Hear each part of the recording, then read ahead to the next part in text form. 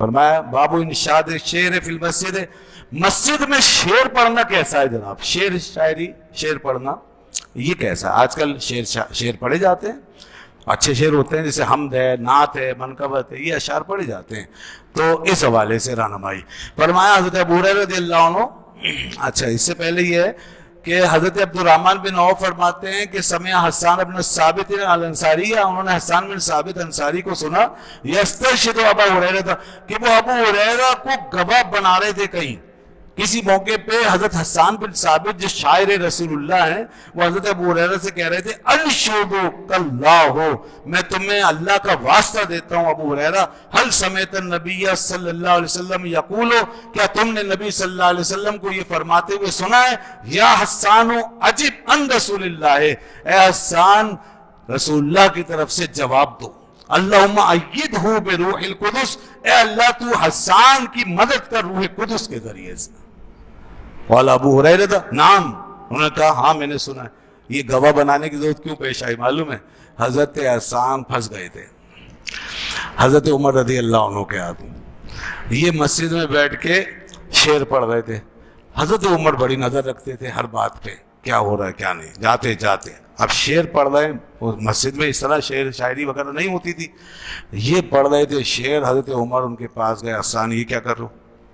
اب ان کا کہ اب تو بھائی جواب دینا پڑے گا، یہ کیا پڑھ رہے ہیں، کیوں پڑھ رہے ہیں آپ شعر؟ انہوں نے پوچھا، انہوں نے کہا میں تو حضور کے دور میں حضور کے سامنے پڑھتا تھا اور حضور اس طرح فرماتے تھے، تو میں تو حضرت اس وقت سے پڑھ رہا ہوں، کوئی غلط کام تو نہیں کر رہا۔ تو انہوں نے کہا تمہارے پاس کیا ثبوت ہے اس بات کا، کیا آپ نے یہ حضور کے سامنے پڑھا اور حضور نے آپ کے لیے فرمایا؟ تو حضرت ابو ہریرہ جا رہے تھے وہاں سے، انہوں نے فوراً ان کو آواز دی، یا ابا ہریرہ ذرا بات سنیے، انشدک اللہ، یہ اتنے زوردار طریقے سے کیوں پوچھا؟ میں اللہ کا واسطہ دیتا ہوں آپ کو کہ آپ مجھے آج بچائیں اور بتائیں کہ کیا یہ بات ہوئی تھی کہ نہیں ہوئی تھی۔ اچھا، حضرت عمر رضی اللہ عنہ اس وجہ سے ہی نہیں پوچھتے تھے ہمیشہ کہ ان کے علم میں نہیں ہے، علم ہے مگر تاکہ لوگوں کو پتہ چل جائے، اس طرح بھی ہوتا تھا اور ایک چیز کی توثیق ہو جائے کہ یہ بات صحیح ہے، اس طور پہ بھی پوچھتے تھے۔ تو اب حضرت حسان جو گھبرائے ہوئے، انہوں نے حضرت ابو ہریرہ سے کہا کہ ابو ہریرہ بتائیے، میں آپ کو اللہ کا واسطہ دیتا ہوں کہ کیا آپ نے یہ بات سنی ہے کہ حضور نے فرمایا تھا اے حسان رسول اللہ کی طرف سے جواب دو،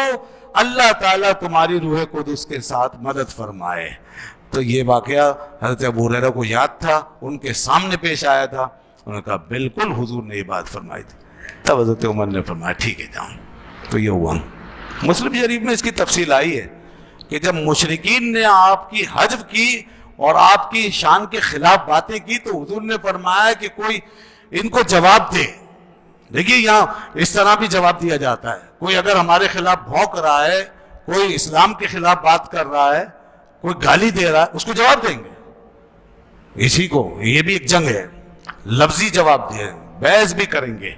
اور باقاعدہ بیان بھی دیں، ترکی پر ترکی بیان دیں، اگر شعر ہے تو شعر میں کہیں، یہ رسول اللہ کی سنت ہے۔ آپ نے فرمایا جواب دو ان کو، کون جواب دے گا قریش کو، کون حجب کرے گا؟ یہ جناب آ گئے پھر میدان میں مجاہد، حضرت کعب بن مالک بھی آئے تھے اس موقع پہ، ان سے پہلے حضرت عبداللہ بن رواحہ رضی اللہ عنہ آئے، انہوں نے جواب دیا مگر ان کا جواب اتنا مضبوط نہیں تھا تو اس لیے بات بنی نہیں۔ پھر کعب بن مالک آئے، انہوں نے جواب دیا، پھر لوگوں نے کہا حسان کو لاؤ۔ حسان بن ثابت بنجے ہوئے شاعر تھے، بڑی عمر کے پختہ شاعر، اور دور جاہلیت میں بھی شاعری کرتے تھے کیونکہ ان کی عمر بہت طویل تھی، 60 سال دور جاہلیت میں گزارے، 60 سال اسلام میں، 120 سال عمر تھی ان کی، تو وہیں پکے ہو چکے تھے شاعری میں۔ اب جب اسلام لے آئے تو پھر سارا اپنا یہ سب کچھ صلاحیت یہاں لگائی، تو اب نعت کہی اور اس طرح کلام کے کرنا شروع کی، آ گئے۔ اب جب آئے تو کہنے لگے اللہ کے شعر کو تم نے بلا لیا ہے، اب جواب سنو، میں ان کو جواب دوں گا، اور قسم ہے رب ذوالجلال کی، اے اللہ کے محبوب، اپنی زبان کے ذریعے سے ان کو چیر پھاڑ کے رکھ دوں گا میں، جیسے کہ کھال کو وہ گائے کی اتار کے چیر دیا جاتا ہے، پھاڑ دیا جاتا ہے، اس طرح میں ان کو جواب دوں گا۔ چنانچہ حضور نے فرمایا کہ حسان خیال کرنا ان میں میرا نسب بھی ہے، قریش کو تم جواب دے رہے ہو، ان میں میرا نسب بھی ہے، تو خیال کرنا، اور نسب کے بارے میں ابو بکر سے پوچھ لینا، انہیں سب سے زیادہ علم ہے میرے نسب کے بارے میں اور سارے نسبوں کے بارے میں۔ وہ اسی وقت حضرت ابو بکر صدیق رضی اللہ عنہ کے پاس گئے اور نسب کے حوالے سے معلومات لی کہ حضور کا نسب بتائیں، وہ الگ کیا، پھر بارگاہ رسالت میں حاضر ہوئے، عرض کی یا رسول اللہ میں آپ کے نسب مبارک کو الگ سمجھ چکا ہوں،